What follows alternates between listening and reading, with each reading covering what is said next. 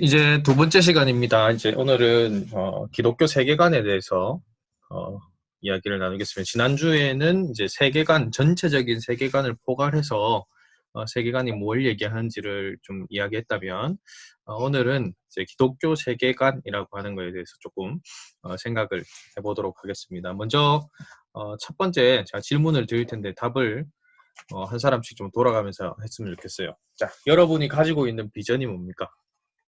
나의 비전. 한 사람씩 얘기해 주세요.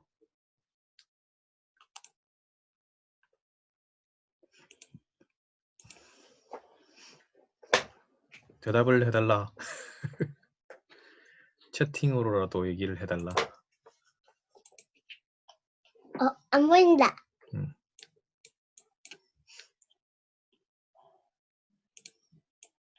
이제 보인다. 자, 여러분 비전이 뭡니까?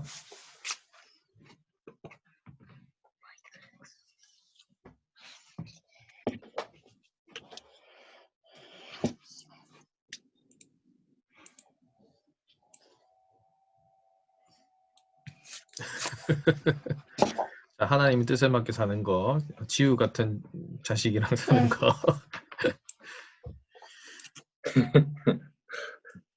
자, 여러분 비전이 뭐예요? 비전. 이거 뭐 말은 많이 들어봤을 텐데.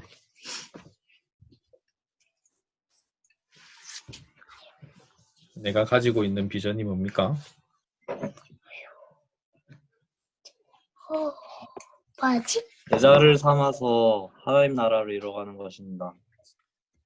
나 잘 못 들었어요. 제자를 세워서 네. 하나님 나라를 이뤄가는 것이 제 비전입니다. 네. 제자 삼아서 하나님 나라 이루어가는 거. 하나님이는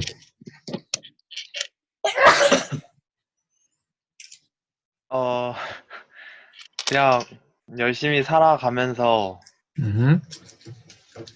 그래도 하나님 나라의 영역을 조금씩 키워 나갈 수 있도록 노력하는 것입니다.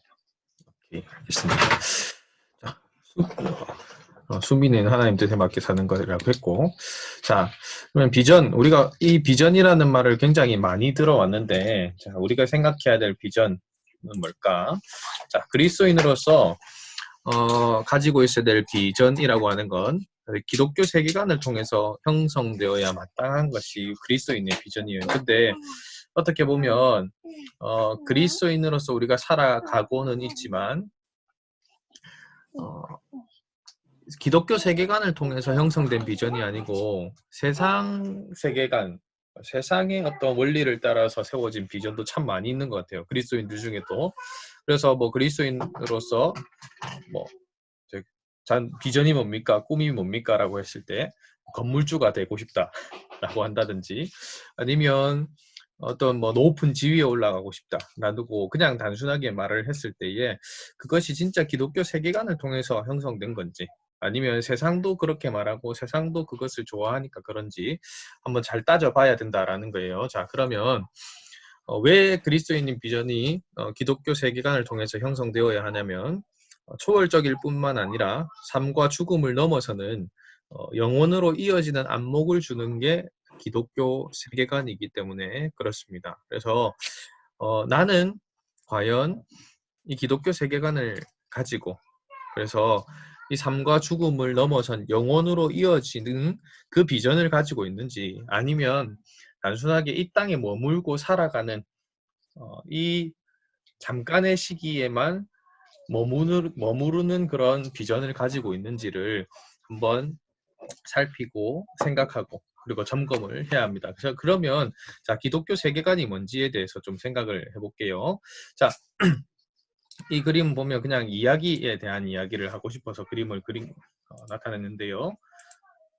자, 성경을 보면 특별히 이야기가 굉장히 많이 등장합니다. 성경 전체에서 굉장히 많은 부분이 이야기로 되어 있는데, 특별히 하나님은 이제 신명기 6장의 말씀 가운데서 이스라엘아 들으라 라고 말씀을 하면서 시작을 하고 있어요. 그리고 하나님께서 이스라엘을 향하여서 묻고 또 답하는 그런 형식으로 계속해서 이 성경이 기록되어 있는 것을 볼 수가 있습니다. 자, 그러면 삶의 체계로서의 신앙과 이념이라고 이제 다음이 나오는데요. 세계관이라고 하는 용어는요, 기독교 세계, 즉 우리가 믿는 이제 신앙에서 나온 단어는 아니에요. 첫 번째 창작물은 아닙니다. 그럼 세계관이 뭔가?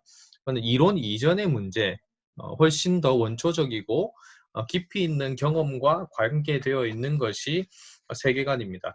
그래서 철학보다 앞서는 것이 세계관이라고 할 수가 있어요. 그래서 이 용어 자체가 우리가 만든 용어가 아니기 때문에 또 우리가 흔히 읽는 이 성경책에서 이 하나님 말씀이 성경책에서 나오는 단어가 아니기 때문에 우리는 쓰면 안 된다 이렇게 생각할 필요는 없어요. 세상이 만들어서 사용하는 용어라 할지라도 우리가 잘 차용해 와가지고 그것을 바르게 사용하는 것이 중요하기 때문에 그렇습니다. 자, 그럼 이론 이전의 문제라고 했는데요. 이 부분에 있어서 자, 이 첫 제목 제가 말씀을 드리는 이 처음 제목 삶의 체계로서의 신앙 그리고 신앙뿐만 아니라 이념이라고 했죠. 그래서 우리가 기독교 신앙을 가지고 있든 아니면 불교 신앙을 가지고 있든 또 누군가는 이슬람 신앙을 가지고 있든 아니면 다른 어떤 종교의 신앙을 가지고 있든 그 신앙이 아니라 뭐 어떤 이념일 수 있겠죠. 또 민주주의나 아니면 뭐 사회주의나 뭐 이러한 이념 체계를 누군가가 가지고 있을 때에 그 이념 체계를 가지고 우리가 어떠한 그 삶을 살아가느냐가 결정이 된다라는 겁니다. 그래서 삶의 체계로서 신앙과 이념인데요. 자, 기독교인으로서 이 세계관이라고 하는 용어를 쓰지는 않았지만 가장 먼저 이 세계관과 근접한 이야기를 한 사람이 아브라함 카이퍼라고 하는 신학자입니다. 자, 이 사람은요, 이런 이야기를 했어요. 칼빈주의 강연이라고 하는 것에서 이런 얘기를 했던 것을 볼 수가 있는데요. 칼빈주의는 교회 제도에 그치지 않고 생활 원리, 라이프 시스템으로 발전했다라는 겁니다. 그래서 교리의 구성을 위해서 진력했을 뿐만 아니라 인생관과 세계관을 창조했다라고 말합니다. 이게 무슨 말이냐면 이 칼빈주의라고 하는 우리 기독교에서 한 어떻게 보면 이념이라고 할 수도 있겠고 이제 신앙의 원리를 가지고 있는 특별히 우리가 가지고 있는 이 신앙이 교회 제도에만 그치는 것이 아니라는 겁니다. 그러니까 교회 생활, 신앙 생활을 할 때만 끝.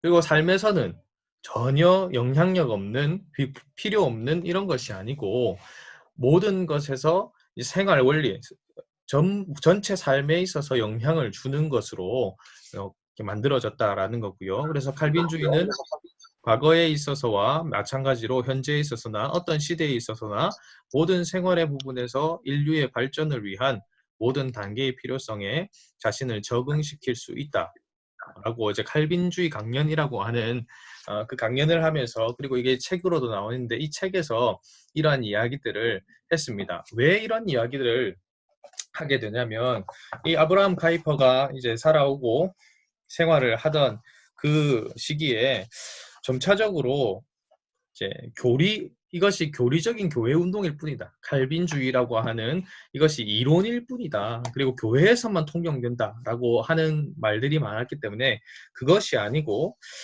정말 이것이 삶의 전체에 영향을 미치는 것이다라는 말을 하고 싶어서 이 이야기들을 이제 강연을 하였고 또 책으로 펼쳐내게 되었습니다. 즉 우리가 가지고 있는 신앙, 우리가 이제 가진 개혁주의 신앙이 칼빈주의 신앙인데요. 이 개혁주의 신앙이라고 하는 것 자체가 단순히 교회 공동체 또 교회 안에서만 영향을 줄 수 있는 것이 아니고 우리의 생활 전체의 원리에 영향을 미치는 것이고 또한 인생관과 세계관을 결정하는 것이다 라는 것들을 여러분이 좀 더 분명하게 이해하면 좋겠습니다. 자, 여기에 보면 안경이 하나 나왔습니다. 안경이 나왔는데 장칼뱅은 성경은 자연인의 안목을 고치는 안경이라고 표현을 했습니다. 기독교 강요에서 이렇게 표현을 했는데 여기서 말하는 자연인이라는 존재는 예수님을 믿어서 거듭나지 않은 사람, 예수님을 믿지 않는 사람이라는 겁니다. 자, 이 예수님을 모르는 사람은 결국 성경이라고 하는 그 안경을 통하여서 삶을 바라보고 세상을 바라보는 눈이 달라진다라는 것을 여기서 말을 하고 있는 거예요. 자, 이 말 레슬리 뉴비긴이 한 말인데요. 다 같이 한번 따라서 읽어보면 좋겠습니다. 마이크를 안 켜도 됩니다. 다 같이 한번 따라 읽겠습니다. 시작. 성경은 그것만을 바라보아야 할 책이 아니다. 성경은 그것을 통해 보아야 할 책이다. 자, 레슬리 뉴비긴이 이 말을 한 이유가 있어요. 수많은 그리스도인들이 이 성경만을 바라보고 있어요. 성경을 읽는 것이 참 중요합니다. 읽는 것이 안 중요하다는 얘기가 아니에요. 성경을 읽어 나가는 것이 너무나도 중요하고 이것을 읽어 나감을 통하여서 우리가 하나님이 무엇을 말씀하시는지, 예수님은 누구신지, 또한 우리가 어떻게 살아가야 될 것인지를 깨달을 수 있기 때문에 바라보아야 합니다. 이제 룩겟 해야 돼요. 그런데 단순하게 그것만 보고만 있으면 안 된다라는 거예요. 그냥 성경 내가 몇 장 읽었다, 아니면 1년 동안 성경을 1독했다, 2독했다, 이것으로만 끝나면 안 되고 어디까지 가야 되냐면 그것을 통해서 우리가 세상을 바라볼 수 있어야 돼요. 자, 그 성경이라는 안경을 통해서 내게 일어나는 사건들을 해석할 수 있는 지혜가 우리에게 있어야 한다라는 것을 지금 이 레슬리 뉴비긴이라고 하는 자가 말을 했습니다. 자, 여기에 보면요, 이런 이야기가 적혀 있어요. 자, 우리가 보면 성경은 하나님이 만드신 대자연의 스펙터클 또는 하나님의 극장을 제대로 보기 위한 안경이라는 겁니다. 하나님께서 만드신 대자연의 그 장관을 제대로 볼 수 있도록 하는 안경인 거예요. 근데 관객인 인간의 눈이 어두워져서 이제 안경이 필요하게 되었다라는 겁니다.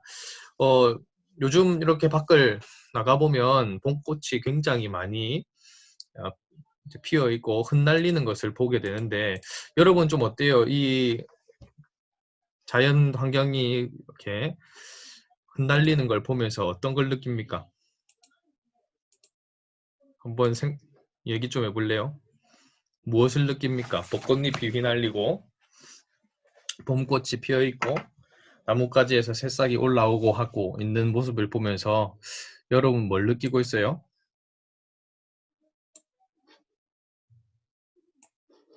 이야기를 해주세요.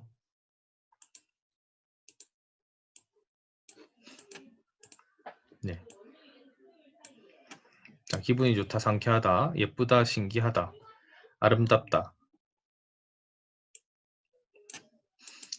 밖에 안 나가봐서 모르겠다 이런 사람도 있을 것 같긴 한데,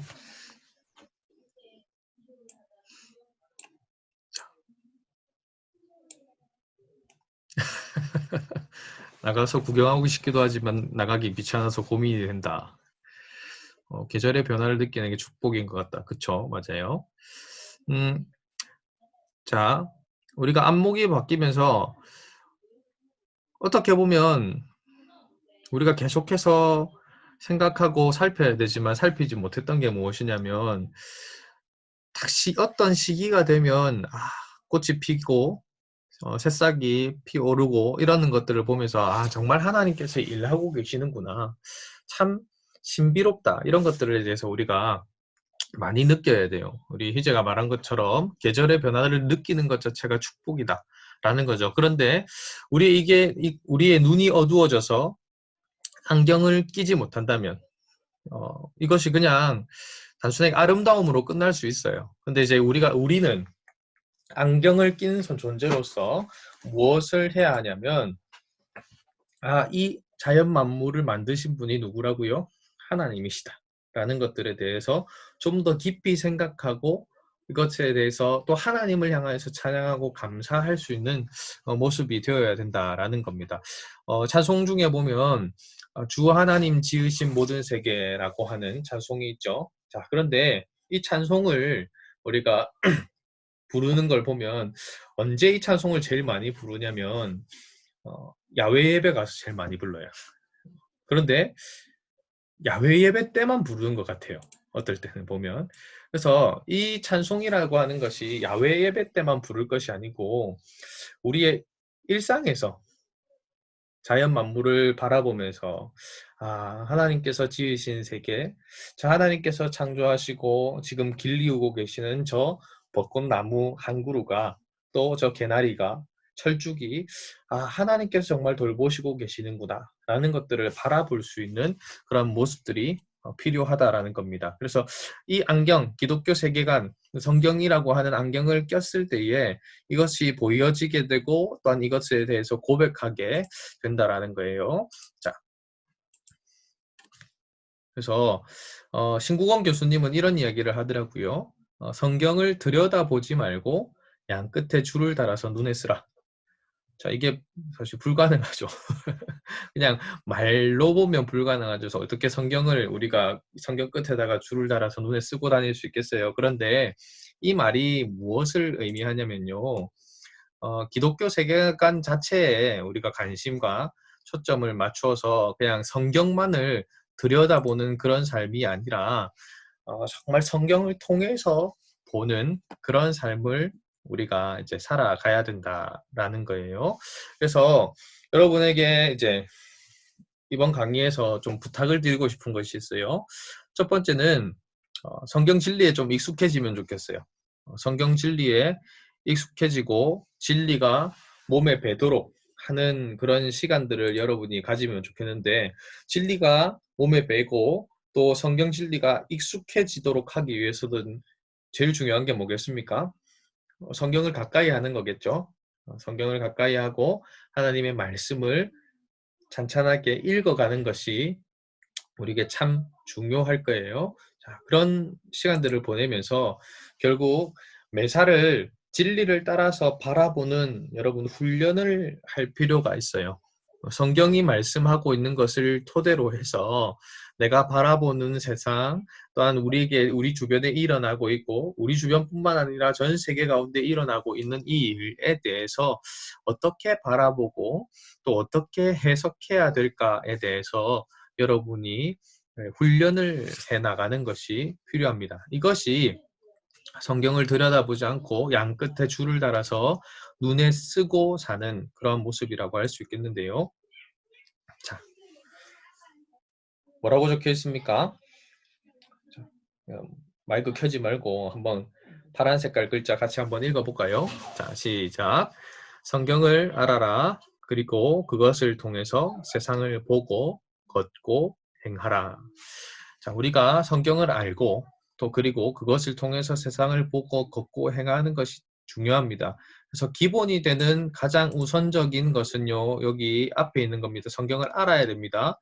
하나님의 말씀이 무엇을 기록하고 있는지를 모르면서 그것을 통해서 세상을 보고 걷고 행할 수는 없어요. 그렇기 때문에 여러분이 성경을 아는 이 일들을 먼저 하고 그리고 나서 계속해서 그것을 통해서 보고 걷고 행하는 훈련들을 지속적으로 해 나가야 됩니다. 이 이유는 뭐냐면 뒤에서 이야기를 하겠지만 우리에게 이미 우리의 삶에 녹아있는 세계관이 있기 때문에 그래요. 그것을 긁어내고 새로운 세계관으로 덮어나가야 되기 때문에 이 훈련을 계속해서 해나가야 되는 겁니다. 그래서 지금 세계관 강의를 들었기 때문에 내 세계관이 기독교 세계관으로 바뀐다. 이렇게 생각하고 판단하면 절대 안 됩니다.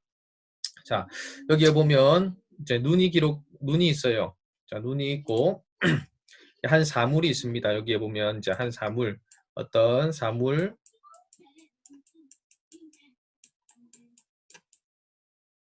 아니면 어떤 현상이 있습니다.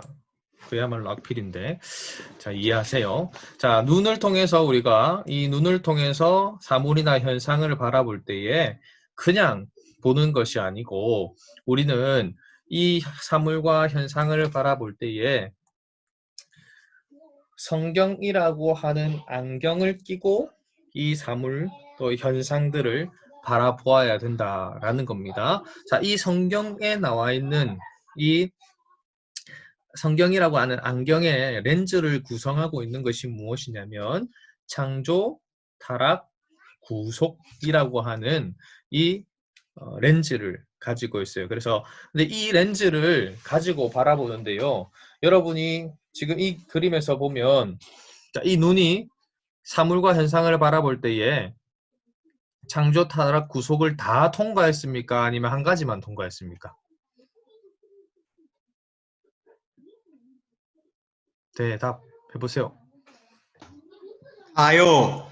네, 전부 다죠. 네, 전부 다 통과를 했습니다. 자, 전부 다 통과. 자, 그럼 이 전부 다 통과를 했는데 만약에 하나만 통과한다고 생각을 해보세요. 만약에 어떤 현상, 자, 아기가 있다. 아기예요, 아기. 아기가 한 명 있다. 자, 그러면 창조라고 하는 렌즈를 통해서만 보면 이 아기가 정말 하나님 만드신 작품처럼 보이긴 보이겠죠? 아기가 정말 하나님 만든 작품으로 귀엽고 사랑스럽고 이쁘고 막 이런 것들이 보이는데 그런데 이 아기가 막 떼를 쓰고 울어요. 자, 이 아기가 엄마나 아빠가 자기가 원하는 것을 해주지 않는다고 해서 엄마를 이렇게 핥히거나 꼬집거나 하는 행동들을 한다고 생각을 해보세요. 자, 그러면 이 창조라고 하는 렌즈를 통해서 본 이 아기의 그 행동이 이해가 될까요? 안 될까요? 도무지 이해할 수 없겠죠. 이해가 안 되는 게 당연할 겁니다. 타락으로만 보면요. 그 아이가 그렇게 행동하는 그 모습이 죄인이어서 그렇다 라고는 볼 수 있는데 결국은 그 죄인이기 때문에 이 아기는요 사랑스럽거나 고귀하거나 존귀한 존재라고는 여기지 못할 거라는 겁니다. 이렇듯이 우리가 창조라는 렌즈를 통해서만 타락이라는 렌즈 아니면 구속이라고 하는 렌즈를 통해서만 보는 것이 아니고 이 창조, 타락, 구속이라고 하는 모든 렌즈를 통해서 함께 한 사물이나 현상이나 이런 모든 것들을 보는 것이 기독교 세계관이라고 하는 안경을 끼고 보는 것입니다. 자, 여기에 창조, 타락, 구속인데요.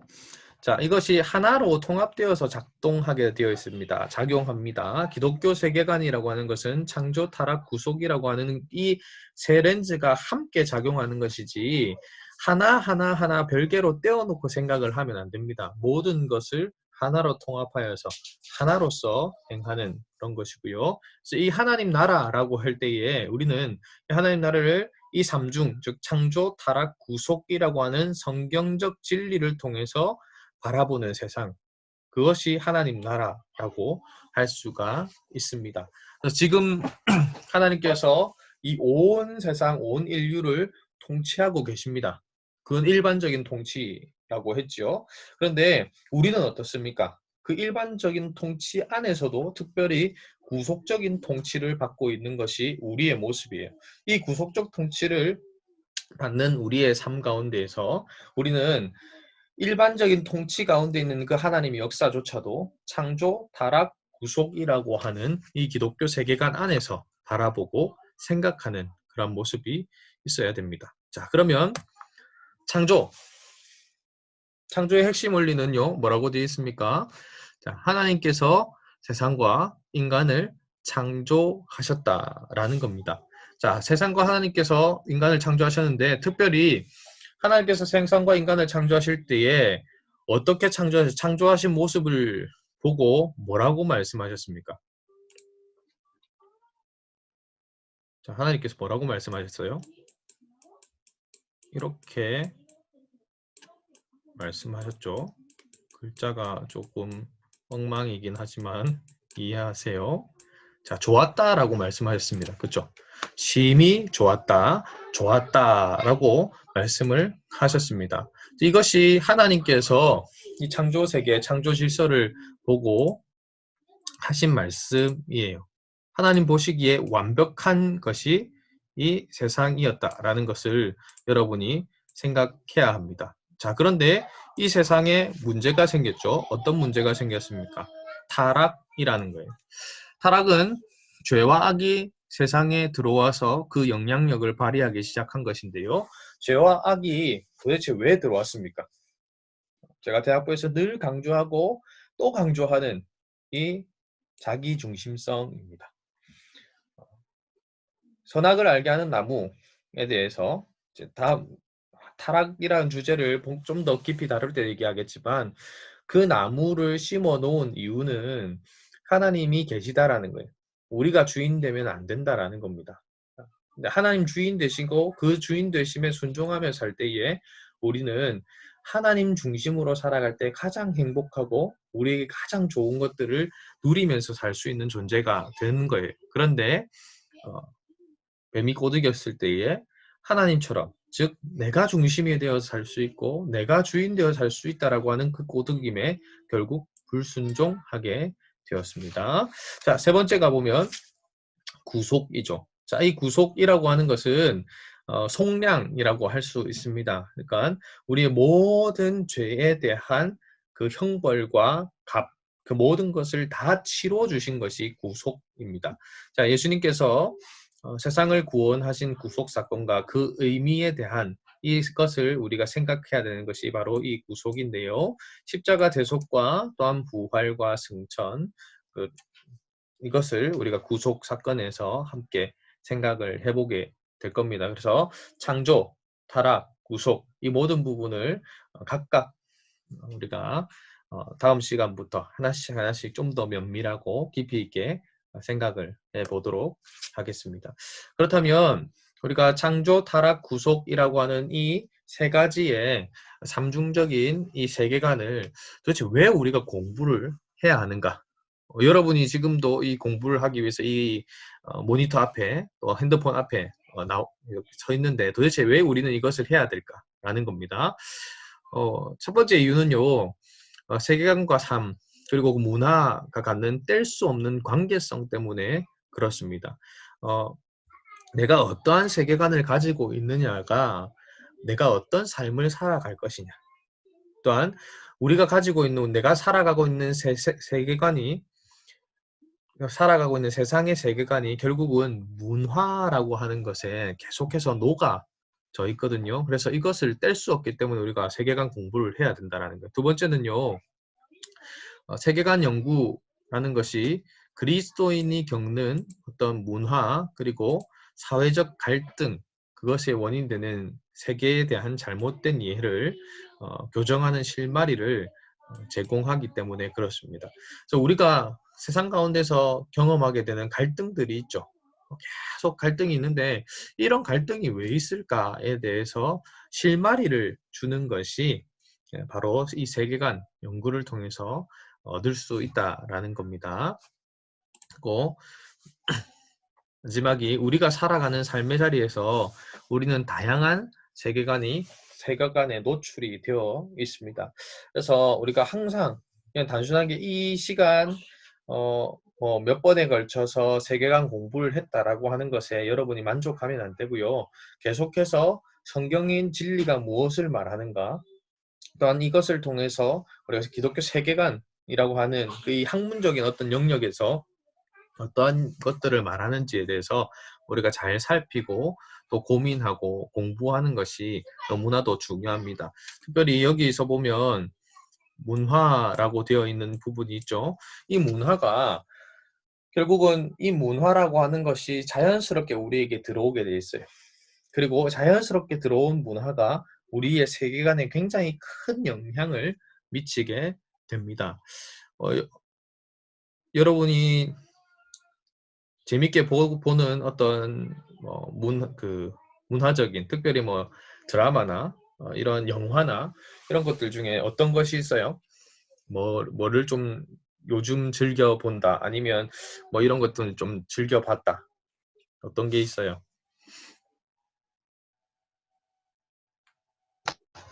미드 좋아해요. 미드. 또 다른 분은 한음이나 반석이나 수민이는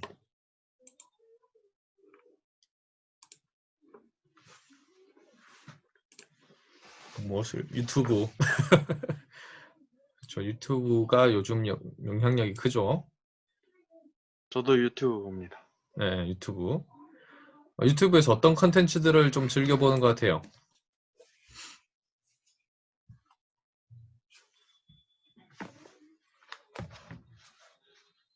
역사, 경제. 아, 먹는 거. 오케이. 드럼. 난 요즘 커피. 다양한 것들을 우리 컨텐츠를 보게 되는데 드라마나 이런 것들을 한번 생각해 보세요. 자, 뭐 전 세계에서 제일 뭐 유명한 이제 뭐 영화를 한번 또 생각을 해보면 우리 어벤져스라고 하는 영화 그 이제 그 세계관이 있죠.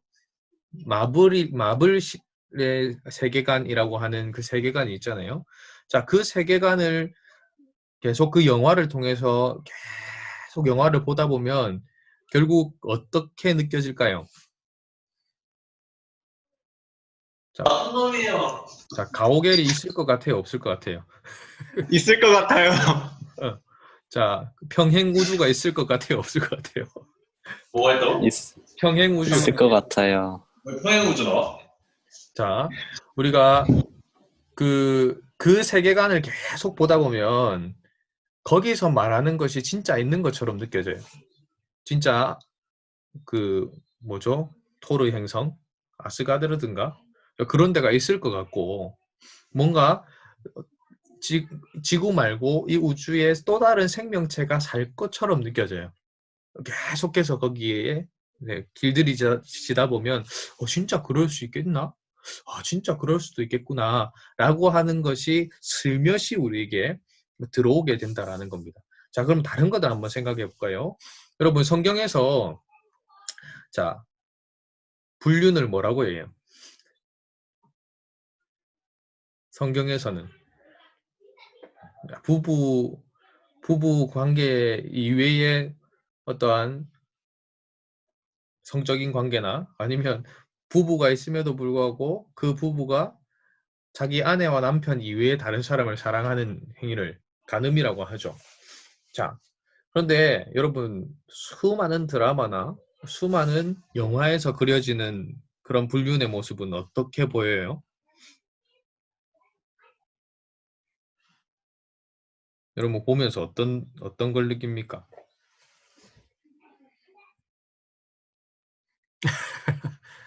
내로남불, 눈 가려용, 쓰레기, 오 무서워라.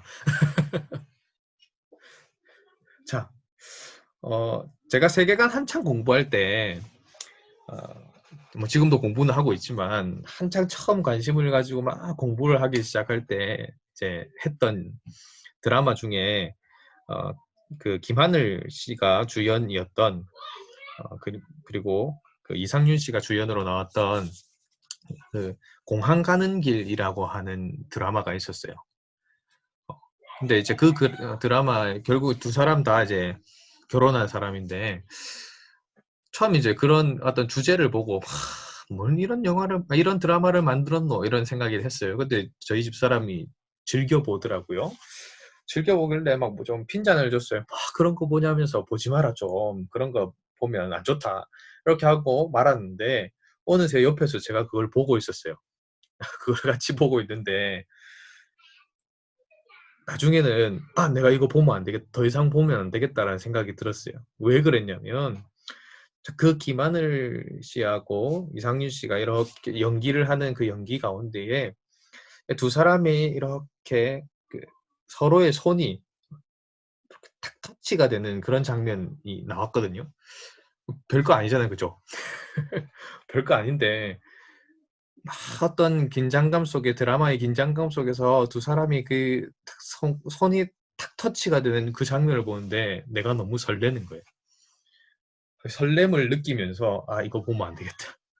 사실 그 장면에서 우리가 설렘을 느끼면 안 되죠. 설렘을 느끼는 게 아니고 뭘 느껴야 돼요? 저러면 안 되지. 저 나쁜 것들. 그런 걸 이제 우리가 느껴야 되는데 이상하게 그때 설렘이 느껴지더라고. 그래서 그때부터 안 봤어요. 이거 보면 큰일 나겠다. 내 삶이 다치겠다. 내 세계관이 다치겠다. 이런 생각이 들었는데 여러분도 이제 드라마나 영화나 아니면 어떤 영상 매체 아니면 여러분이 즐겨 읽는 뭐 소설이나 그런 글귀들조차도 그 속에 뭐가 묻어나 있다고요? 결국 세계관이 묻어 있다라는 거예요.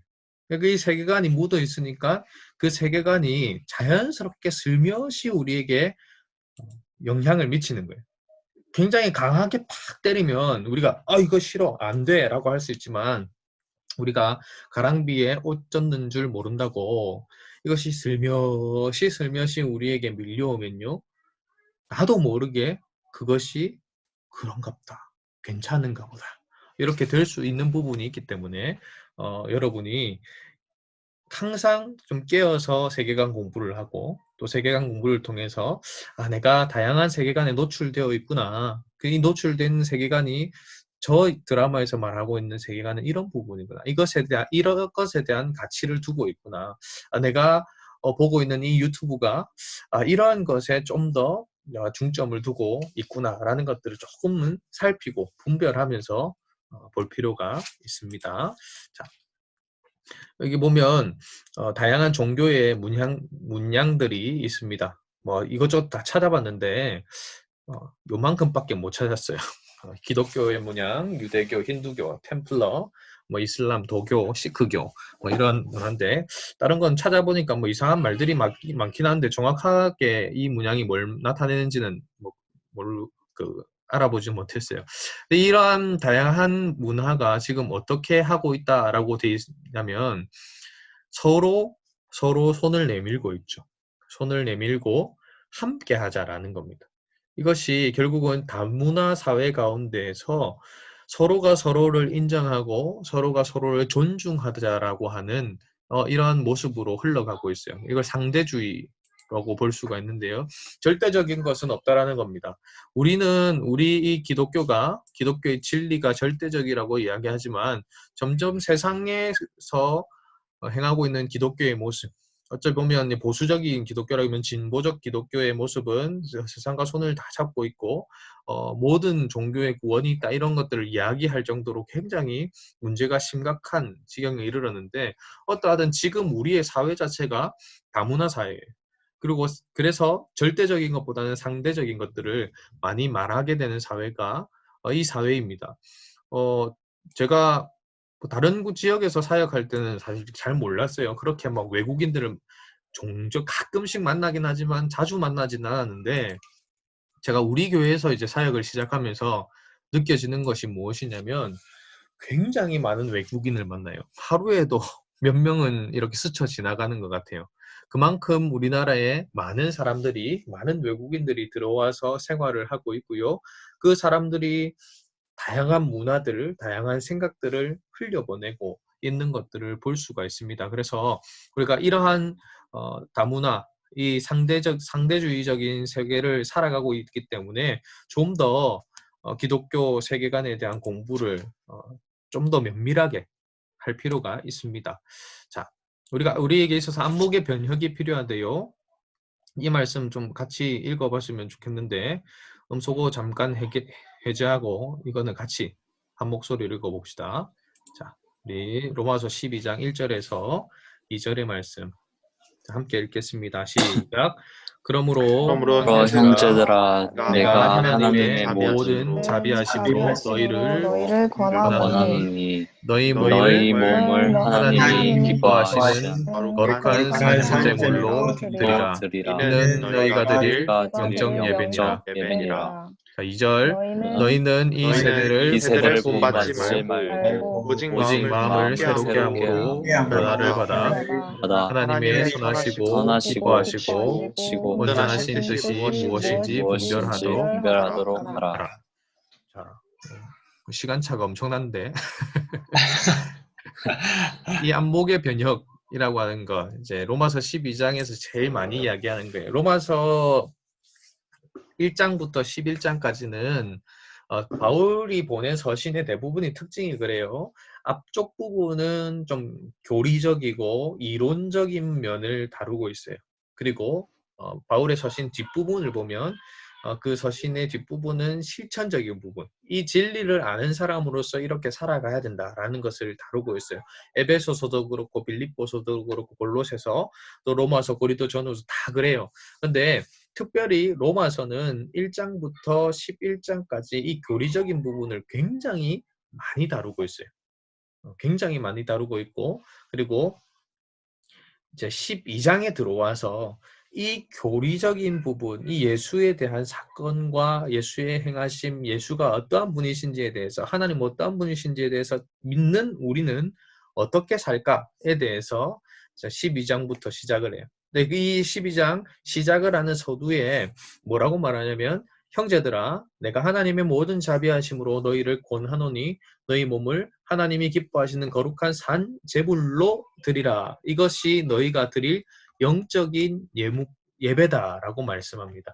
그러니까 우리의 삶을 하나님께서 기뻐하시는 산제물, 그러니까 하나님이 받으실 만한 삶으로 드리라는 거예요. 이것이 우리가 드릴 영적인 예배라고 말을 하면서 이 삶을 위해서 무엇이 필요하다고 하냐면요. 첫 번째 필요한 것이 무엇이냐면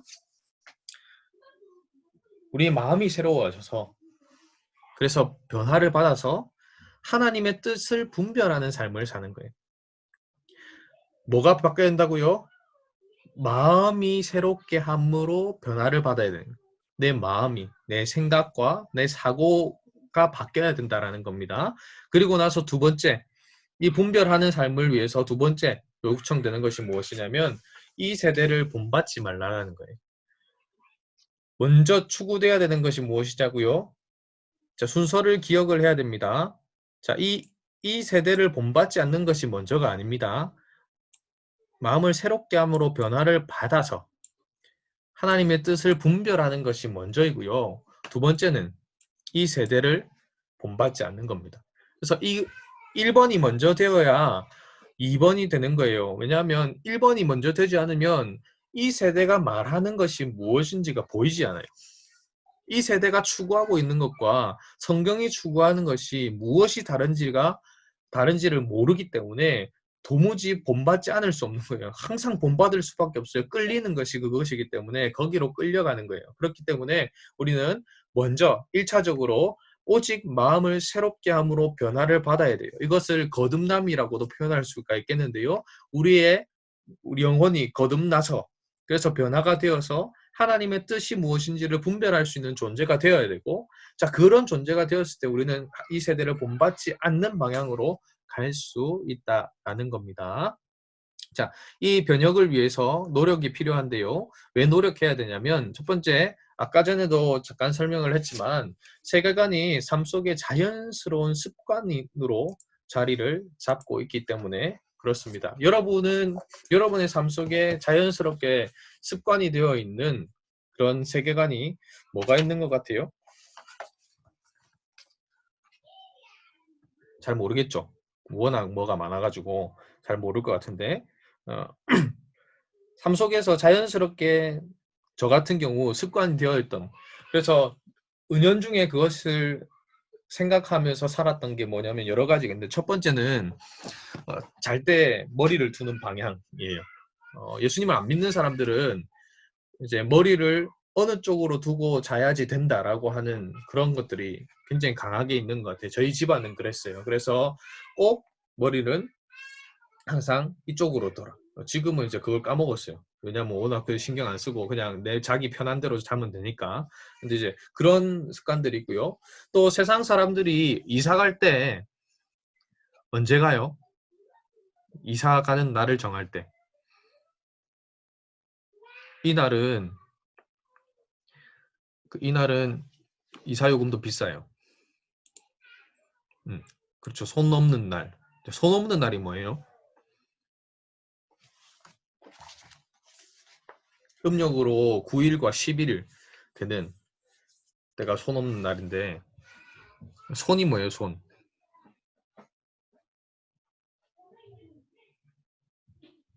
뭘까요? 대답을 해보세요. 손님. 손,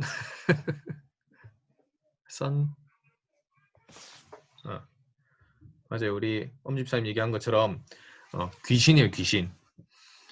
귀신이 안 따라붙는 날이 손 없는 날이에요.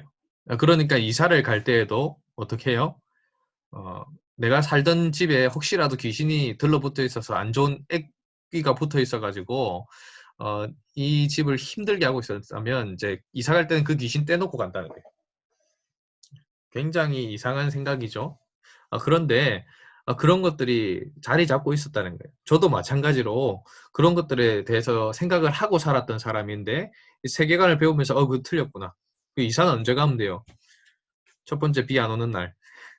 그리고 이삿짐 싼 날. 그렇게 그냥 가면 돼. 그냥 편하게 생각하면서 가면 되는 거기 때문에 이런 것들을 삶 속에 자연스럽게 습관화되어 있는 부분들을 우리가 잘 버려내는 것들이 필요합니다. 그리고 그렇게 형성된 세계관을 바꾸는 게 쉽지가 않아요. 왜냐하면 문화라고 하는 것을 통해서 전수받은 것이 세계관이기 때문에 이 형성된 세계관을 바꾸어 나가고 고쳐 나가는 것이 쉽지 않습니다. 습관이 되어 있는 거예요. 그러니까 내가 기독교 가정에서 자라왔기 때문에 내 삶에 기독교적인 어떠한 습관들이 잘 자리 잡았다면 참 좋은데 그것 중에서도 기독교 세계관이 아닌데 내게는 기독교 세계관인 것처럼 자리해서 자리 잡아 있는 습관들이 있을 수가 있어요. 그런 것들에 대해서 우리가 바꾸는 게 쉽지가 않습니다. 일단 먼저 그게 뭔지를 찾아내야겠죠. 근데 찾아냈다고 하더라도 그것이 내게 너무 익숙하기 때문에 그것들을 바꾸어가고 교정해가는 것이 어렵습니다. 그래서 이러한 변혁을 위해서 여러분이 끊임없이 노력을 해야 합니다. 그리고 이미 형성된 세계관은 지난주에 이 그림 우리가 하영이가 열심히 그렸었는데 이 밑그림과도 같다라는 이야기들을 했었어요. 그러니까 기본적으로 내가 원하든 원하지 않든 내 삶이라고 하는 것, 삶 속에서 자연스럽게 문화라를 통해서 여러 가지 일들, 사건들을 통하여서 내 세계관에 밑바탕, 밑그림이 그려져 있어요. 근데 그것이 기독교 세계관이 아니에요. 그럼 어떻게 해야 돼요? 지워나가야겠죠. 또 지워나갈 뿐에 덮어나가기도 하고 다양한 작업들을 해나가야 되는데 그 일들을 하는 것이 쉽다라고 단정 지을 수 없어요. 굉장히 어려운 부분이 많아요. 그렇기 때문에 여러분이 이 안목의 변혁을 위해서 여러분이 애쓰고 노력을 해야 합니다. 자, 그러면 정리를 합시다. 자, 창조, 타락, 구속이라고 하는 우리가 우리의 세계관을 우리가 가지고 있다라고 했어요. 그리고 이것은 여기에서 끝나지 않아요. 구원받았기 때문에 끝이다. 나는 구원받았으니까 이제 나는 천국 가면 난 죽어서 천국 가면 된다. 라고 하는 것이 아니고 끝이 아닙니다. 하나가 더 있습니다. 그것이 무엇이냐면 restoration, 즉 회복. 예수님의 재림을 통하여서 이 땅 가운데에 회복이 일어나게 될 겁니다. 그리고 우리는 구원받아서 회복까지 가는 그 중간 시점을 우리는 살아가고 있어요. 즉 하나님의 나라가 이미 임하였지만 완전히 임하지 않은 나라 사이 이 중간을 우리가 살아가고 있어요. 이 중간을 살아가고 있기 때문에 중간을 살아가고 있는 사람으로서 사는 우리의 세계관은 무엇이어야 되는지를 고민하고 그것을 따라서 살아가는 모습이 중요하다라는 겁니다. 자, 그래서 참된 기독교 신앙으로 거듭난다라는 것은 결국 세계관의 변혁을 수반해야 합니다. 수많은 그리스도인들이 안타깝게도 복음을 파편적으로 알고 있어요. 이 복음을 파편적으로 알고 있다는 것이 무엇이냐면 세계관의 변혁이 일어나지 않았다라는 거예요. 단순하게 하나님 창조하셨다 그래. 그리고 타락했다. 난 죄인이다. 근데 예수님 통해서 구원받았다. 여기서 끝나버린다는 거예요. 여기서 끝나버리고 그래서 나는 죽으면 천국 간다. 라고 하는 것으로 마무리 지어진 신앙생활을 하다 보니까 하나님 나라를 내가 산다라는 생각을 하지 않아요. 그러다 보니까 이 땅에서 그냥 즐기고 이 땅에서 좋은 건 누리고 이 땅에서 잘 먹고 잘 살다가 행복을 추구하다가 죽으면 천국 간다. 이렇게만 생각을 하고 있는 거예요. 그러다 보니까 이런 부분에서 문제가 계속해서 생겨나가고 결국 기독교가 특별히 한국 기독교가 세상으로부터 많은 지탄을 받고 있는 이유도 이러한 부분입니다. 삶이 빠져버린 거예요. 즉 저와 여러분의 신앙에는요. 이 세계관의 변혁이 함께 수반되어야 됩니다. 지금 우리가 하나님 나라를 살고 있다라고 하는 세계관, 그리고 이 하나님의 나라가 완전히 완성될 때가 있다. 이 중간을 우리는 살기 때문에 하나님 앞에서 어떻게 살아야 될지를 끊임없이 고민해야 된다라는 것들을 여러분이 생각을 하고 살아가야 됩니다. 그래서 이 부분에 대해서 이제 창조에 대해서 한 2시간, 타락에 대해서 한 2시간, 그리고 구속에 대해서 한 1시간 정도 앞으로 계속해서 배우게 될 텐데, 이것들을 좀 더 고민하고 여러분이 내 세계관이 어떻게 바뀌어야 될까? 내 세계관 중에서 성경적이지 못한 세계관은 무엇일지에 대해서 계속해서 좀 고민하고 함께 했으면 좋겠습니다.